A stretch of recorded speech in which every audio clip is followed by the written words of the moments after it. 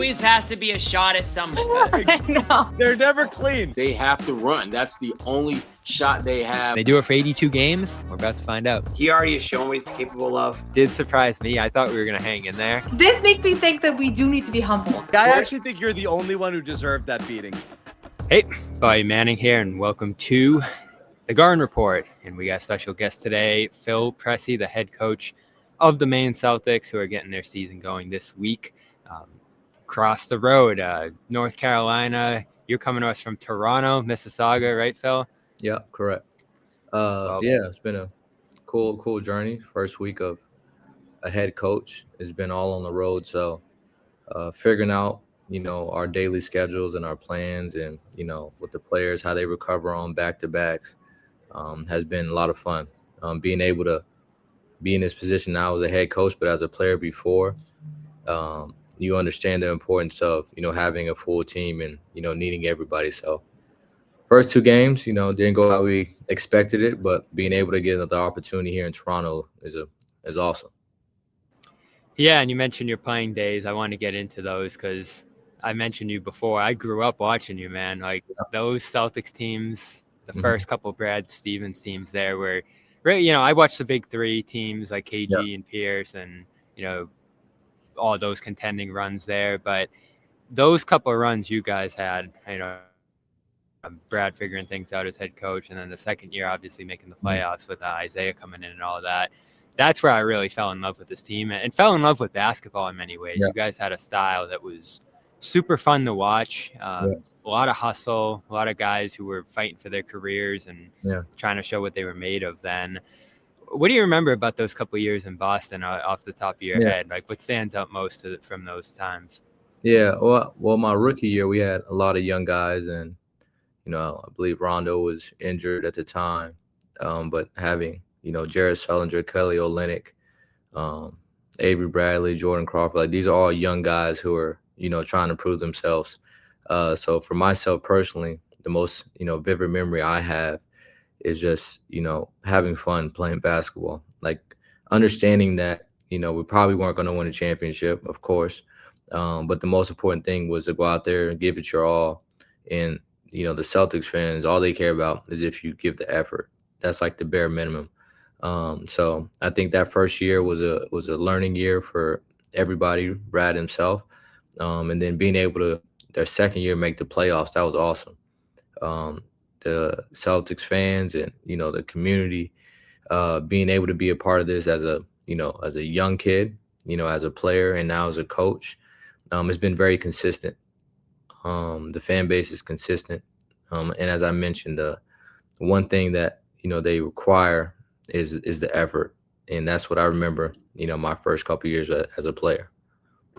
Yeah, and I was listening to the radio broadcast of the game the other night, and I think the anniversary passed of that when you got over the Heat, the Jeff Green corner three balance play, which honestly, I mean, that wasn't a super memorable year as far as like wins and losses go, but that's still like a highlight fans watch and remember and recall. Like, what was that like being there for that? I mean, first of all, that was a great play by Brad, but a phenomenal pass by Gerald Wallace. It was a beautiful pass, and then a sensational shot by Jeff Green. So, those first two years for me, it was just a lot of fun, right? You try to compete and you want to play for a championship, but being able to have fun while you're doing that is what it's about. So that was a fun moment. Like I remember who passed the ball, like it was yesterday. Do you remember the huddle before? Like, what was Brad talking about in it? Like, was that a play you guys had done in practice? I can't remember that, like, the exact huddle, but I do remember the play and how ecstatic we were when it worked.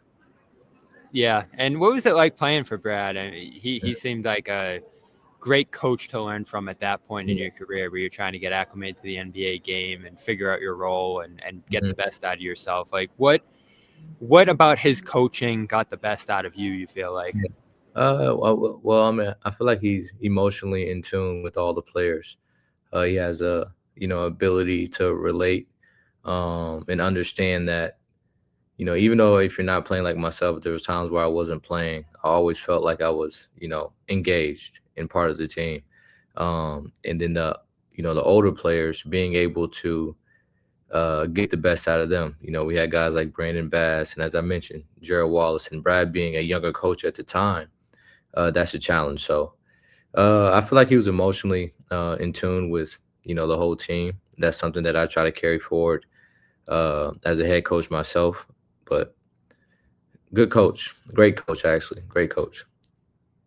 Is there one lesson or thing he told you during those years, or just maybe even like piece of basketball wisdom he gave you back then that stands out among the rest? Pretty much. I feel like the energy. Like I think his energy, his mindset or his thought for energy and how it's contagious is something that I try to carry forward. With the good energy, and bad energy. When you recognize it, you try to make it aware to the team. But when that good energy, I think that's contagious. So I think that's something that I've learned from him, how important that energy is amongst the team, amongst the staff, and how it's contagious. Yeah, and you mentioned that roster that year. I mean, there were a lot of guys. I'll pull up the picture here too, because there's another, picture Celtics fans love to share around, throwing it back to this group. Yeah. I think they say if you weren't here back then, you don't deserve to be there in 2024 when you guys are winning the championship all those years. Yeah. Like, I mean, this is where it started, right? Like Marcus and all these different guys, Olynyk, who was there for a while, Avery, who was part of that playoff push eventually. Like, this was the ground floor of what you guys ultimately did in 2024. Yeah, but that's, it's pretty cool to see those guys still have relationships with all those guys. I haven't spoken to a couple of them, but if I see them, it feels like I saw him yesterday. Tayshaun Prince, he's, doing big things now in the front office. Smart still playing, Kelly O still playing, Crowder still playing. Like, these guys are, for them to still be able to still be playing this game is amazing. But yeah, man, that was a fun year. Being able to, grow friendships with these guys, it was pretty cool. Yeah, which of these guys played an important part in your early career? Because obviously a handful of these guys have been around, Brandon and Jameer Nelson certainly, and Marcus was young too then. But who on this team do you feel like played an important part in your career as it got started? I mean, for me being a point guard, I tried to build relationships with all my teammates because it's super important for you to have that connection. But as a veteran, I would say Brandon Bass, he taught me how to be a pro. Him and Jared Wallace, they were good vets. But some of my good friends, Evan, Marcus, Jared, I mean, everybody pretty much. Me and Kelly O, we rode to the games together, home games together on almost every game, home game. But no, it's been fun. Avery Bradley's now with the Utah Jazz, working in their front office. So great team, great people. Still have relationships with these guys. So being able to still have that to this day, as I mentioned, it's something that's special to me. Yeah, and obviously it was a special run Isaiah went on that second year, and then beyond that, obviously he was in the MVP race a couple of years later. Like, did you see that coming when he arrived? Like, was that like apparent to you that this is about to be something special when he got there? Yeah, he hit the ground running. Being able to, myself, we're undersized, from the NBA standpoint. Being able to play with him and see what he does every single day, how hard he works. He motivated me on a daily as well. So it's pretty cool to play with a special player, special talent. He was able to, have a great run, and then, as you mentioned, MVP and all that. But man, it was awesome to see him just, kill it how he was doing it at that time. Yeah, and if you had to look back, what was your favorite memory of playing in Boston the couple of years you were there, if you had to look back on one? Favorite memory? I mean, when we played Cleveland, even though we got swept, that first round, that was my first experience in a playoff atmosphere. Being able to see how intense those games were and what it takes to, even be in the playoffs is I can't even put words on it. But now as a head coach in the G League, I can't wait to get that moment, that feeling as a coach. Yeah, and what inspired you to get into coaching? Did you always know you wanted to get into it? At what point did you decide, all right, this is the route I want to go, and you decided to, stop playing and focus on the coaching side of things? Yeah, what inspired me to be, now a head coach or to get into coaching, they ask you when you're a kid, what's your plan A? For me, was go to the NBA. Plan B was go to the NBA. Plan C was, coaching. So I try to exhaust all my energy and effort into, getting to the NBA. And then once I, went to Europe and ended up having a son, having a family, coaching was my next option. Being able to get into it younger at the age of 30, 31, it gives me more time to kind of use my ability to get on the court and play, but also, learn the coaching side of it. But then my father, he coached. I've been around the game my whole life. My father got me. I've been around the game, so, I'm just following in his footsteps. But also the coaches who I played for, of course, in college, Frank Haith and Mike Anderson. Brad Stevens was my first professional coach. Then I had a number of coaches in Europe, and they're a little different in Europe, how they approach the game from a culture standpoint. Very tough. Discipline is everything there. So I learned that from them. So I'm taking bits and pieces of every coach that I played for and trying to create something of my own. Yeah, so you start off back at Missouri, ultimately end up on Joe's staff for the championship year there. How did it come together, ending up back here in Boston on his staff after that year in Missouri? What was those couple of years like for you? Just trying to, maintain relationships, being able to stay connected with Brad after I finished play, and understood that at some point I was going to get into coaching. Being able to come back with the Celtics and work for Joe was a great start to my coaching career.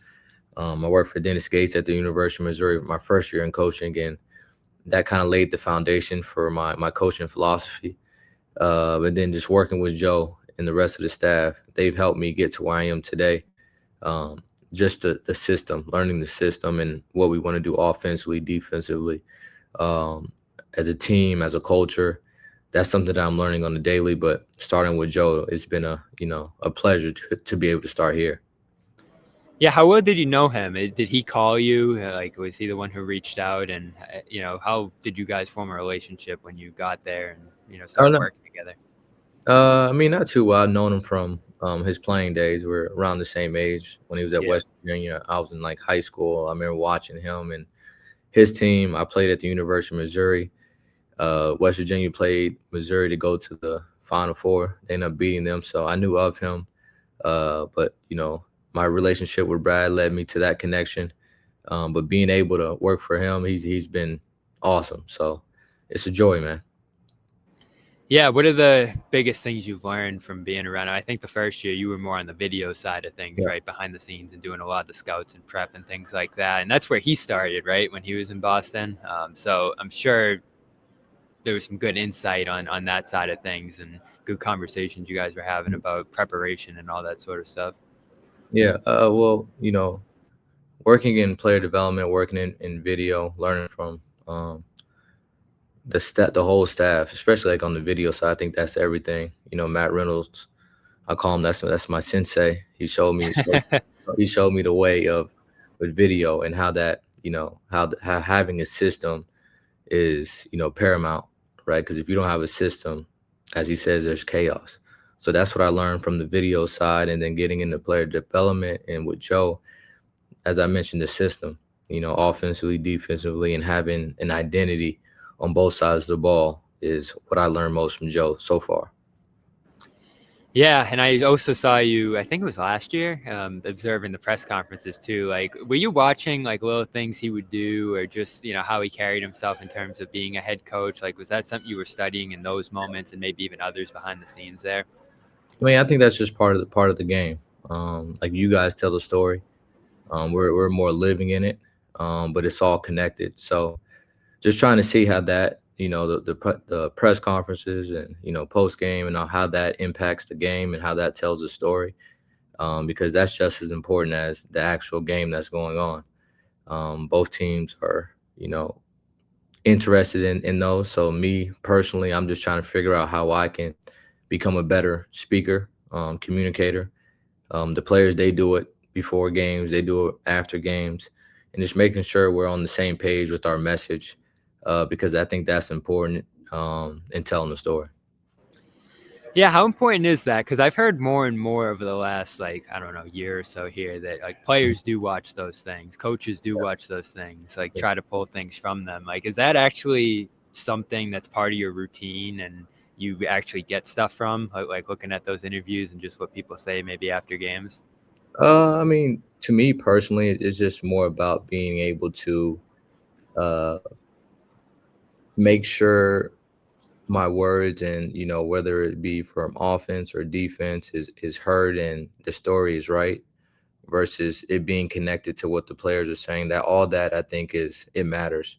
With the narrative of, there's a lot of communication going around, a lot of interviews, a lot of talks, a lot of blog posts. So just making sure all that is on point and tight. Like I said, the communication is everything between the coaches and the players. So you want to make sure that is correct. So for me personally, I'm just trying to learn and grow in that area. Because as I mentioned, you guys tell the story. So making sure that's tight is very important.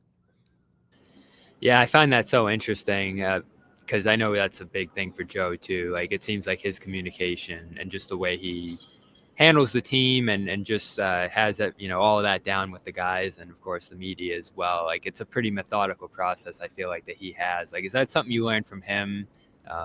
How to handle all that, because it's a big organization, right? It's a lot of players, it's a lot of stories, it's a lot of narratives, a lot of impact on the team potentially there. And so, I find it interesting because I did a story on this a couple of years ago, like how players, coaches handle not only media but like social media too, because obviously there's just a ton of stuff you're consuming on a daily basis out there. And I feel like for a long time the mindset for most guys was just tune it out. Don't think about it. Don't even like acknowledge it.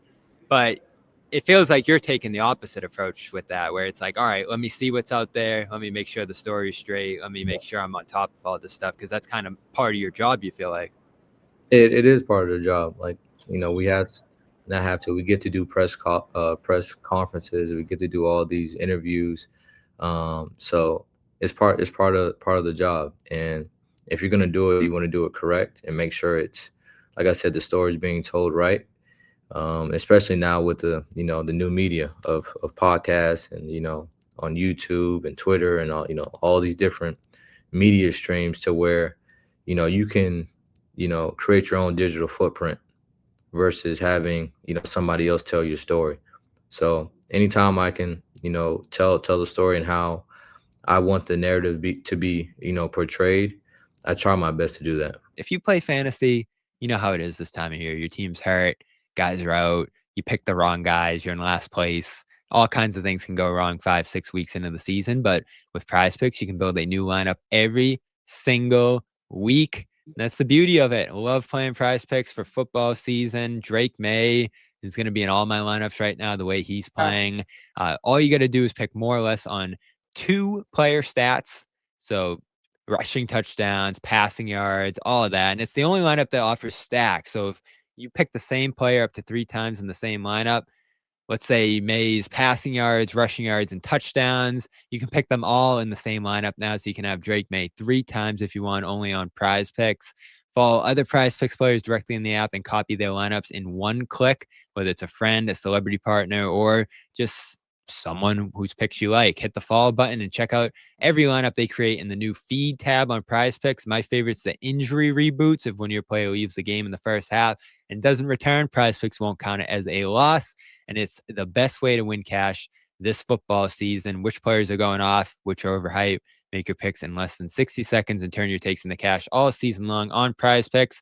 Download the app today and use code CLNS to get 50 in lineups after you play your first $5 lineup. That's code CLNS to get $50 in lineups after you play your first $5 lineup. Prizepicks, it's good to be right. Yeah, and speaking of the media, we got to know each other pretty well a couple weeks ago in the media game. And you guys were just lethal. Like, I don't know if you had the stats from the game, but I would have to guess 50% from 3 or something like that for you guys that day. You knocked down a couple. Shamgod was just Shamgod was balling. out of his mind that day. What was that like for you? Like, getting to go up against some of the media and just be I think part of that?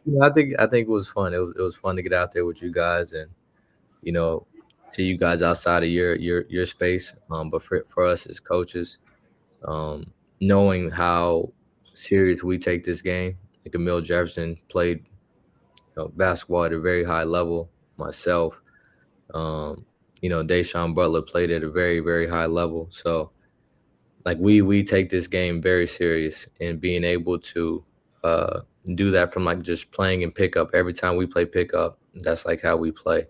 Even when it's coaches versus coaches, when we're just playing pickup, like there's always an argument. There's always like a discussion that's going on that can get heated. But that's just part of the game for us.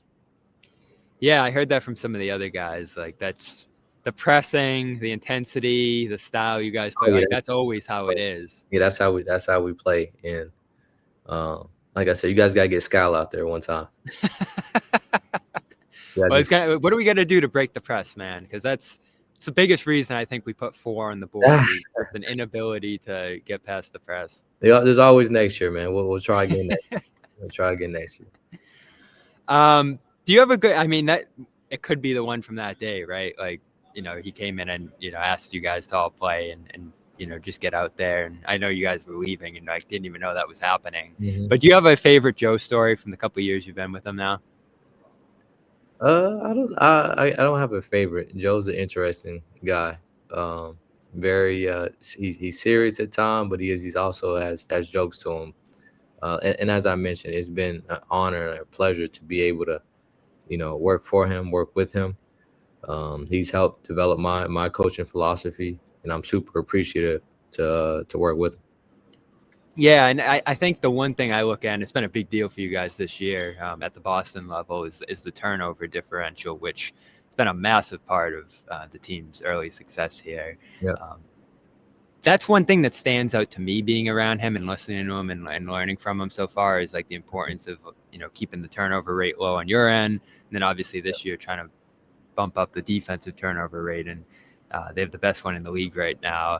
Yeah. What's like one part of the game or just, piece of his coaching philosophy that you feel like you've embraced or learned from, or something specific like that you feel like it's just like, oh man, that I learned a lot from that, or I think that's useful. I want to use this in Maine this year potentially.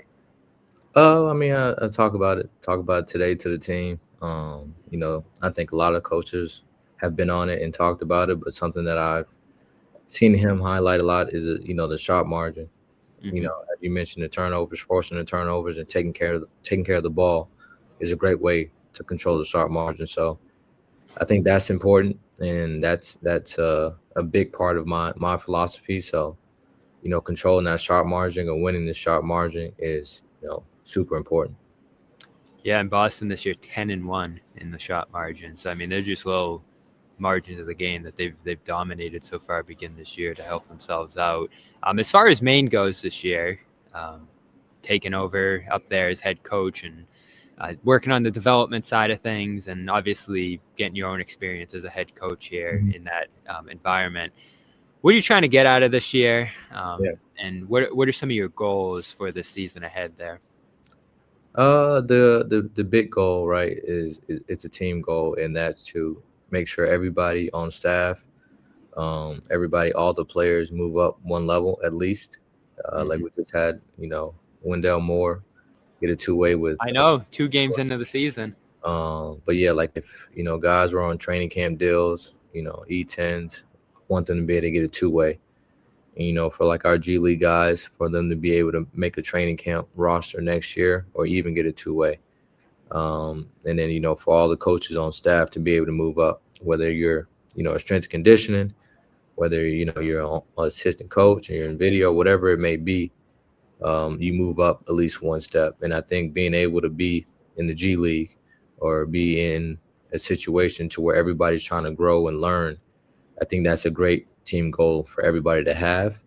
Of course, the wins and losses, you want to win a championship, but for the players, to them winning is moving up. So that's the goal, and I'm gonna do everything I can in my power to do that. Yeah, and I'll rattle through some of the two-way guys that you have up there to begin this year. And I'll start with Amari, who has been a hub for you guys offensively, has a special passing skill set that looks like you're trying to tap into up there. But also, I remember from the summer league and preseason trying to expand his game beyond that and round it out in other areas. What's the development goal for him entering year one here? I think for all the two ways, Ron Harper has a little bit more experience, but as for Max and Amari, they just have to learn, the basics, master the basics. And that just comes down to little things like defending without fouling, being able to understand personnel and game plan specifics, being able to take, our studies or whatever we're doing offensively and defensively and implement them into the game. And then went like professional behaviors on and off the court. On the court, like as I mentioned, those concepts and things that they have to learn. But off the court, making sure they're hydrating, making sure they're eating right, making sure they're sleeping, making sure they're showing up on time. These are the professional behaviors that are bare minimum to even have a chance to be on an NBA roster. So that's my job as the head coach in Maine, is to, get these guys these professional behaviors. And then winning is part of that. So all that, is part of growing and learning. So I'm trying my best to do all that. Yeah, and I think you bring an interesting perspective as a former point guard for three guys who all have potential as playmakers here. It looks like Max is going to play some point guard, and Ron's played a lot with the ball in his hand so far, it looks like, through the first couple of games there. And Amari, facilitating center there. What's the process like of honing your playmaking at that level? And like at the NBA level, obviously those guys aren't going to get a ton of time on the ball and a ton of minutes in general, but to be able to play 30 minutes down there and run sets and just go through those level of repetitions, like how do you do the course of the year improve those three guys playmaking? We teach up in Maine is to become a better decision maker.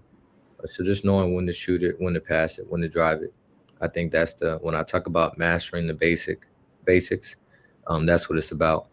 Knowing when to shoot, knowing when to pass, knowing when to drive. And then defensively, the biggest thing is, as I mentioned, personnel and understanding game plans and being able to implement it. But from a playmaking and facilitating, it all comes down to, film study and watching film and learning from your others and learning from yourself. So those are professional behaviors that we're teaching them, and they're only going to get better with time. So those guys being younger, that's super important. Yeah, and you mentioned your international experience, the coaching you received overseas. For Hugo coming in, I know you got to be around him a lot in training camp in the preseason there. What stands out about his readiness for this at that age too? Like, it just looks like, I know Joe's talked about it too, his anticipation and his IQ defensively just seems off the charts for a guy that young.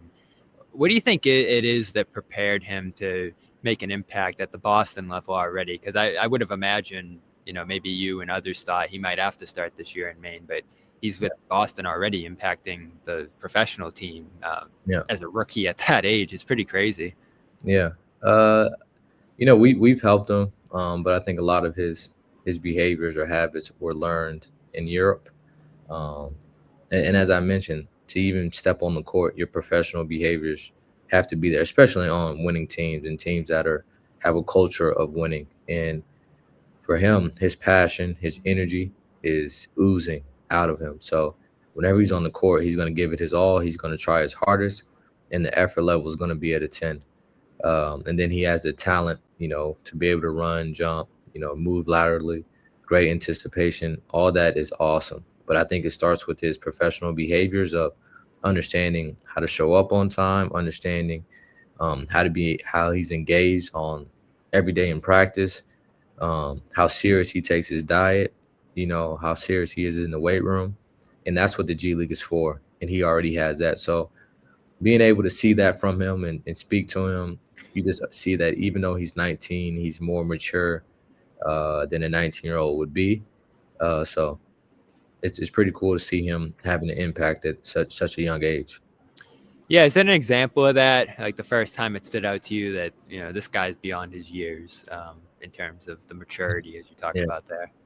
I would say, I mean, during summer league, right? If you go back and you watch summer league, he's diving for loose basketballs. He's giving it his all. He's getting steals. He's getting deflections. He's fearless. So, I mean, during summer league, he showed that. So, I'm not surprised that he's doing what he's doing now. He's the most serious guy I've ever does he ever smile? Does he ever laugh? I've never seen a guy who's so serious. He's a true character. He's funny. He jokes around a lot, but like he understands once he gets in between those lines, it's business. So he does a great job of locking in, of being engaged, and his focus level is elite. So, like I said, this has nothing to do with his basketball talent. This is all more from a mental side of things, and he has that, as I mentioned, at a young age. Yeah, and that's been helpful to him. Last question I got for you is, what does his developmental trajectory look like? Like, where are the areas he needs to grow? What do you guys want to see out of him this year? And do you expect to have him up in Maine at some points this year? Hey, Bob, that's above me, man. I have no clue if he will be or he won't. But for him, he just has to keep showing up. Something we talk about here in Maine is, just getting a little bit better every single day, just 1%. So for him, that's I think that's his thing right there, just showing up every day, working, with his player development coach, working in the weight room, watching film, and just getting better. Right, he's still young. He has a lot of improvement, but he has the intangibles that you can't teach. So I'm excited for his career. I'm sure he's gonna have a great one. Yeah, and I'll throw this at you too before we wrap here. I mean, the biggest question: what was it like to become a champion here in Boston, man? I mean, I almost left the best question on the table here. Surreal feeling. A lot of hard work went into it. A lot of teamwork. Being able to be a part of it. My first year in coaching in the NBA was amazing. Can't really explain it. Can't really put it in words. It's a feeling that is, unmatched. So it's excited to do it again. Yeah, and you'll have a chance to do it up in Maine this year. It's been a competitive program for a while now, so it must be exciting to take that over and put your own imprint on it here. And they'll be getting going this weekend, Friday and Saturday games up in Portland, right, to open up the home schedule. Exactly. First one at home. It's gonna be rocking. Atmosphere is gonna be insane. I'm excited. Yeah, and that what that's all about, right? From having spent some time up there as a player, like it's a real atmosphere up in Portland, isn't it? Oh no, it's synonymous. It's the same. It's the same as Boston. You don't have, I don't think it might be 17,000 or something like that in Boston. We might have a couple up in Maine, but it's relative, right? It's relative. The size of the arena is a little bit smaller, but it gets packed. The energy is there. The intensity is there, so it should be pretty fun. Yeah, and what can fans expect stylistically? Like, is it going to look like with the Boston Celtics? I know there's a lot of the effort. That's one thing I can guarantee is the effort will be there. The rest is going to take care of itself, but the effort is mandatory. He's Phil Pressey, head coach of the Maine Celtics. Thank you for your time here today. Great to get to know you over the last year or so here. Like I said, man, it was crazy watching you growing up and now covering you as a head coach here. It's pretty surreal, but that's how time goes, right? It's like 10, 11 years ago, those teams. Hey, you better watch it. It'll fly right by, man. Thank you, sir, and best of luck up there this year. All right, bye. I appreciate you.